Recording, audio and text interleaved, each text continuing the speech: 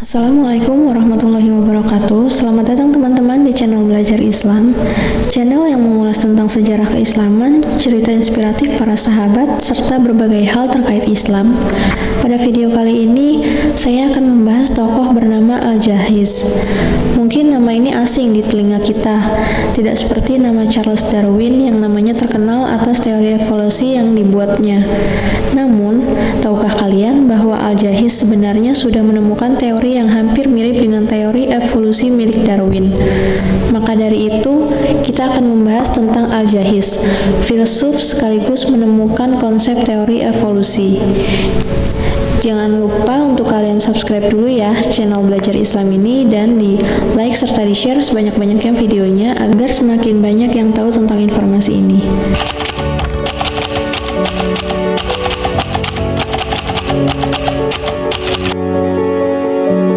Al-Jahiz memiliki nama lengkap Abu Usman Amr bin Bahar. Adalah seorang cendekiawan Afrika Arab yang berasal dari Afrika Timur. Al-Jahiz sendiri adalah julukan yang disematkan kepadanya, yang artinya kurang lebih adalah si mata melotot. Julukan ini cenderung berkonotasi negatif. Ada juga catatan lainnya yang menyebutkan bahwa dia memiliki kelainan bentuk mata, sehingga mengakibatkan wajahnya menjadi buruk rupa. Mengenai keburukan wajahnya diakui oleh Al-Jahiz sendiri di kemudian hari dalam salah satu tulisannya. Perjalanan hidup masa kecil Al-Jahiz tidak begitu banyak diketahui. Al-Jahiz lahir dari keluarga yang sangat sederhana.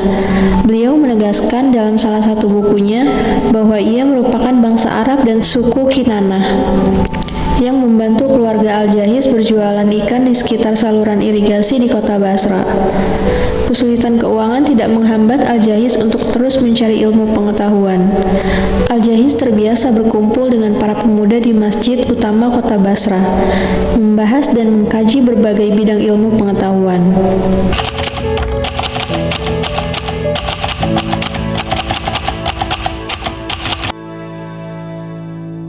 Al-Jahiz melanjutkan dan menempuh masa pendidikannya selama 25 tahun, sehingga memperoleh banyak ilmu pengetahuan tentang ilmu sastra Arab, terutama puisi, filologi Arab, sejarah bangsa Arab dan bangsa Persia sebelum Islam. Selain itu, ia mempelajari ilmu Al-Quran dan hadis. Al-Jahiz juga membaca buku-buku yang diterjemahkan dari bangsa Yunani seperti filsafat Yunani, khususnya Aristoteles. Pada masa tersebut, kekhalifahan Abbasiyah dalam masa keemasan dengan adanya perkembangan budaya, ilmu pengetahuan dan pendidikan. Haus akan ilmu pengetahuan, Al-Jahiz berkelana ke berbagai daerah seperti Damaskus, Beirut, Samara, dan Baghdad. Ia lalu memutuskan untuk menetap dan belajar. Ia hidup dari menulis. Diperkirakan ia telah menulis 200 karya meski kini tersisa 30 saja. Esai mengenai kekhalifahan yang ia tulis menjadi tiket emas masuk ke lingkungan kalangan atas.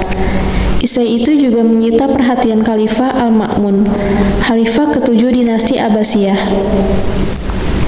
Ia banyak berhubungan dengan tokoh politik terkemuka, termasuk menjadi orang kepercayaan Hakim Agung Ahmad bin Abi Duat. Meski banyak membaca Aristoteles dan banyak karya klasik Yunani kuno, Al-Jahiz punya gaya sendiri dalam menulis. Ia gemar menyematkan humor. Al-Jahiz menganggap humor bukan hanya sebagai alat untuk menghibur, melainkan juga sarana untuk menyebarkan gagasan seluas mungkin.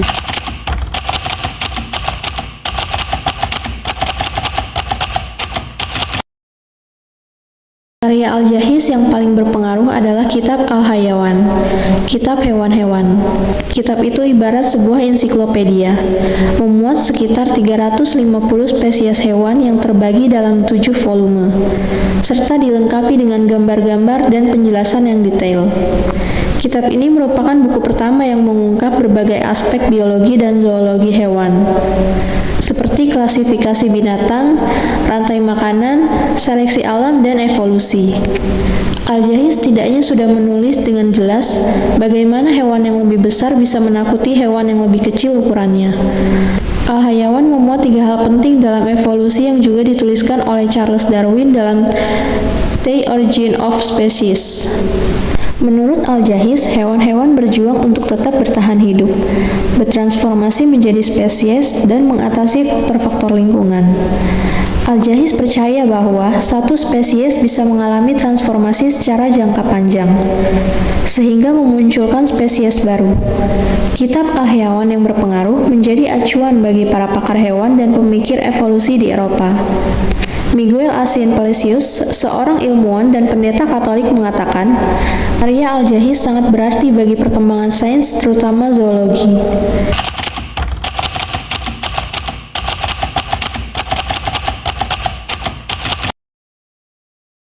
Menjelang akhir hidupnya, Al-Jahiz menderita kelumpuhan total pada satu sisi tubuhnya. Ia memutuskan pensiun dan kembali ke tempat kelahirannya, Basra. Pada bulan Desember 868, saat usianya 93 tahun, ia meninggal dunia.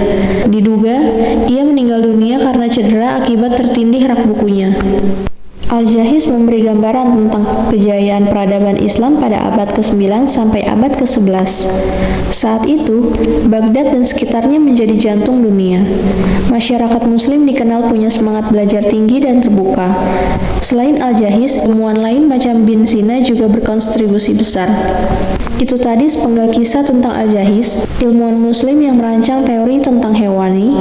Pelajaran yang bisa kita ambil bahwa sebagai makhluk yang diciptakan paling sempurna, alangkah baiknya kita pergunakan dengan maksimal dan dengan hal-hal positif. Pasalnya, saat ini banyak manusia yang tidak menggunakan pikiran dengan baik. Jikalau ada, pikiran dipergunakan untuk hal-hal yang negatif. Bismillah dengan menyebut nama Allah dan berlandaskan syariat Islam. Jika kita berpegang teguh dengan ajaran Islam dalam menjalani hidup, insya Allah akan dibimbing oleh Allah ke hal-hal yang bermanfaat. Baik, cukup sekian video kali ini. Jangan lupa untuk kalian like and share videonya sebanyak-banyaknya ya. Sampai jumpa di video selanjutnya nanti. Assalamualaikum warahmatullahi wabarakatuh.